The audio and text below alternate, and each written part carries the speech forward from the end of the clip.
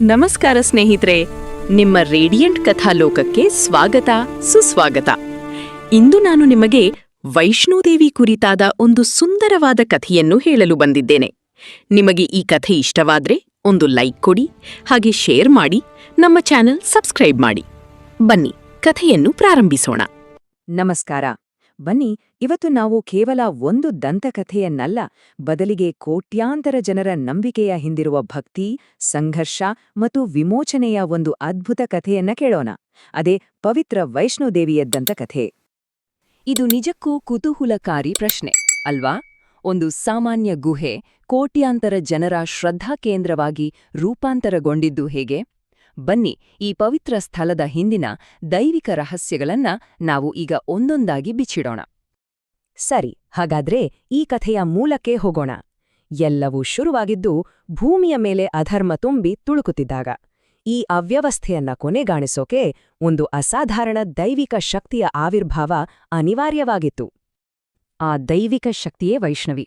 ಆಕೆ ಕೇವಲ ಒಬ್ಬ ಸಾಮಾನ್ಯ ದೇವತೆಯಾಗಿರ್ಲಿಲ್ಲ, ಬದಲಿಗೆ ಸೃಷ್ಟಿಕರ್ತ ಬ್ರಹ್ಮ, ಪಾಲಕ ವಿಷ್ಣು ಮತ್ತು ಸಂಹಾರಕ ಮಹೇಶ್ವರ, ಈ ಮೂವರ ಒಟ್ಟುಗೂಡಿದ ದಿವ್ಯ ಶಕ್ತಿಯ ಪ್ರತಿರೂಪ. ಧರ್ಮವನ್ನ ಮತ್ತೆ ಸ್ಥಾಪನೆ ಮಾಡೋದೇ ಆಕೆಯ ಜನ್ಮದ ಏಕೈಕ ಉದ್ದೇಶವಾಗಿತ್ತು. ವೈಷ್ಣವಿಯು ಹೇಗೆ ಮೂರು ದೇವತೆಗಳ ಸಾರವನ್ನ ತನ್ನಲ್ಲಿ ಅಳವಡಿಸಿಕೊಂಡಿದ್ಲು ಅನ್ನೋದು ತುಂಬಾನೇ ಆಕರ್ಷಕ. ಆಕೆಯ ಮುಖದಲ್ಲಿ ಸರಸ್ವತಿಯ ಜ್ಞಾನದ ಪ್ರಭೆ ಇತ್ತು, ಕಣ್ಣುಗಳಲ್ಲಿ ಲಕ್ಷ್ಮಿಯ ಸಮೃದ್ಧಿಯ ಹೊಳಪಿತ್ತು ಮತ್ತು ಭುಜಗಳಲ್ಲಿ ದುಷ್ಟರನ್ನ ದಹಿಸುವ ಕಾಳಿಯ ನ್ಯಾಯದ ಅಗ್ನಿ ಜ್ವಲಿಸುತ್ತಿತ್ತು. ಅಂದ್ರೆ ಆಕೆ ಜ್ಞಾನ, ಸಮೃದ್ಧಿ ಮತ್ತು ಶಕ್ತಿಯ ಒಂದು ಪರಿಪೂರ್ಣ ಸಂಗಮ. ಈಗ ನೋಡಿ, ಈ ದೈವಿಕ ಕಥೆಯು ಮಾನವ ಪ್ರಪಂಚಕ್ಕೆ ಇಳಿದು ಬರುತ್ತೆ. ಇಲ್ಲಿ ಶುದ್ಧ ಭಕ್ತಿ ಮತ್ತು ಕುರುಡು ಅಹಂಕಾರದ ನಡುವೆ ಒಂದು ದೊಡ್ಡ ಸಂಘರ್ಷ ಶುರುವಾಗುತ್ತೆ. ಇದುವೇ ಈ ಕಥೆಯ ದಿಕ್ಕನ್ನೇ ಬದಲಿಸುವ ಒಂದು ನಿರ್ಣಾಯಕ ತಿರುವು. ಇಲ್ಲಿ ನಾವು ಎರಡೂ ಸಂಪೂರ್ಣ ವಿಭಿನ್ನ ಶಕ್ತಿಗಳನ್ನ ನೋಡ್ತೇವೆ.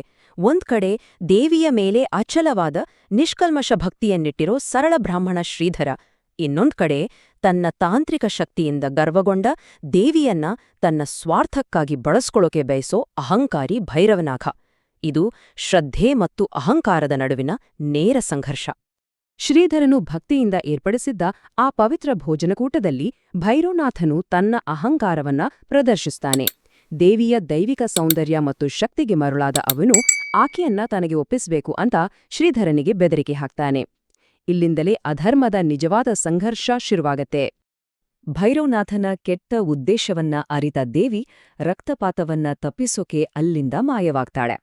ಇದು ಕೇವಲ ಒಂದು ಪಲಾಯನವಾಗಿರ್ಲಿಲ್ಲ, ಬದಲಿಗೆ ಒಂದು ದೈವಿಕ ಅನ್ವೇಷಣೆಯಾಗಿತ್ತು. ಈ ಬೆನ್ನಟ್ಟುವಿಕೆಯೇ ಇಂದು ನಾವು ಕಾಣುವ ಪವಿತ್ರ ಯಾತ್ರಾಸ್ಥಳಗಳ ಉಗಮಕ್ಕೆ ಕಾರಣವಾಯಿತು. ಆಕೆಯ ಪ್ರಯಾಣದ ಪ್ರತಿಯೊಂದು ಹೆಜ್ಜೆಯೂ, ಪ್ರತಿಯೊಂದು ನಿಲುಗಡೆಯೂ ಇಂದು ಪವಿತ್ರ ಸ್ಥಳವಾಗಿ ಪೂಜಿಸಲ್ಪಡುತ್ತಿದೆ.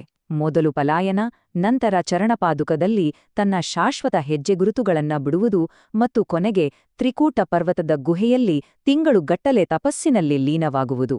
ಆದ್ರೆ ದುಷ್ಟ ಭೈರವನಾಥ ಅವಳನ್ನ ಅಲ್ಲಿಗೂ ಬೆನ್ನಟ್ಟಿ ಬಂದ. ಈಗ ಕಥೆ ತನ್ನ ರೋಚಕ ಕ್ಲೈಮ್ಯಾಕ್ಸ್ಗೆ ತಲುಪುತ್ತೆ. ಗುಹೆಯ ಆಳದಲ್ಲಿ ದೈವಿಕ ಶಕ್ತಿ ಮತ್ತು ಮಾನವ ಅಹಂಕಾರದ ನಡುವಿನ ಅಂತಿಮ, ನಿರ್ಣಾಯಕ ಮುಖಾಮುಖಿ ನಡೆಯುತ್ತೆ. ಇನ್ನು ಶಾಂತಿಯಿಂದ ಪ್ರಯೋಜನವಿಲ್ಲ ಅಂತ ಅರಿತ ವೈಷ್ಣವಿ ತನ್ನ ಸೌಮ್ಯ, ಕರುಣಾಮಯಿ ರೂಪವನ್ನ ತ್ಯಜಿಸಿ ದುಷ್ಟ ಸಂಹಾರಕಿಯಾದ ಉಗ್ರ ಮಹಾಕಾಳಿಯ ರೂಪವನ್ನ ತಾಳ್ತಾಳೆ. ಆಕೆಯ ರೌದ್ರಾವತಾರ ಇಡೀ ಬ್ರಹ್ಮಾಂಡವನ್ನೇ ನಡುಗಿಸುವಂತಿತ್ತು. ತನ್ನ ಪ್ರಳಯಾಂತಕ ರೂಪದಲ್ಲಿ ದೇವಿ ಭೈರವನಾಥನಿಗೆ ಕೊನೆಯ ಅವಕಾಶವನ್ನ ಕೊಡ್ತಾಳೆ. ಭೈರೋ, ನಿನ್ನ ಕುರುಡು ಅಹಂಕಾರವೇ ನಿನ್ನ ಸರ್ವನಾಶಕ್ಕೆ ಕಾರಣವಾಗಲಿದೆ ಅಂತ ಸ್ಪಷ್ಟವಾಗಿ ಎಚ್ಚರಿಸ್ತಾಳೆ. ಆದರೆ ಅಹಂಕಾರದಿಂದ ಕುರುಡನಾಗಿದ್ದ ಭೈರವನಾಥನಿಗೆ ಆ ಎಚ್ಚರಿಕೆ ಕೇಳಿಸ್ಲೇ ಇಲ್ಲ.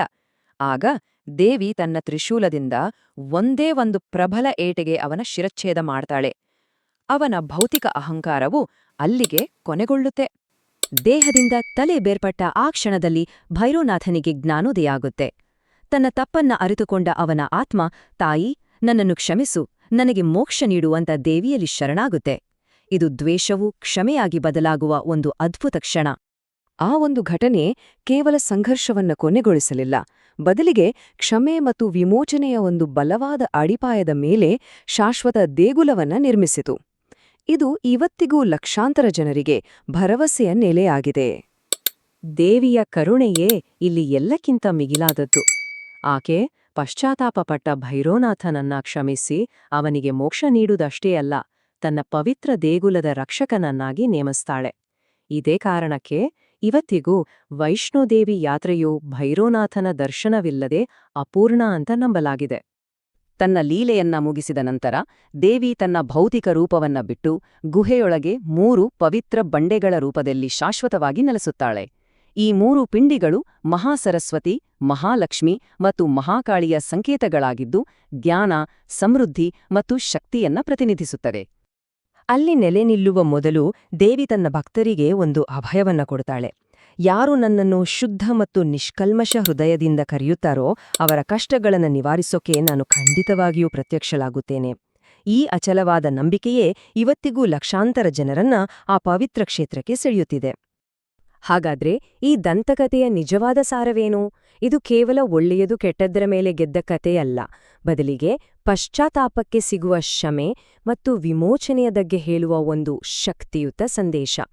ಒಬ್ಬ ದುಷ್ಟನ ಪಶ್ಚಾತ್ತಾಪ ಮತ್ತು ದೇವಿಯ ಕ್ಷಮೆಯ ಈ ಕಥೆಯು ತಮ್ಮದೇ ಆದ ಆಧ್ಯಾತ್ಮಿಕ ಪಯಣದಲ್ಲಿರುವ ಲಕ್ಷಾಂತರ ಜನರನ್ನು ಇಂದಿಗೂ ಹೇಗೆ ಪ್ರೇರೇಪಿಸುತ್ತಿದೆ ಅನ್ನೋದರ ಬಗ್ಗೆ ಒಮ್ಮೆ ಯೋಚಿಸಿ.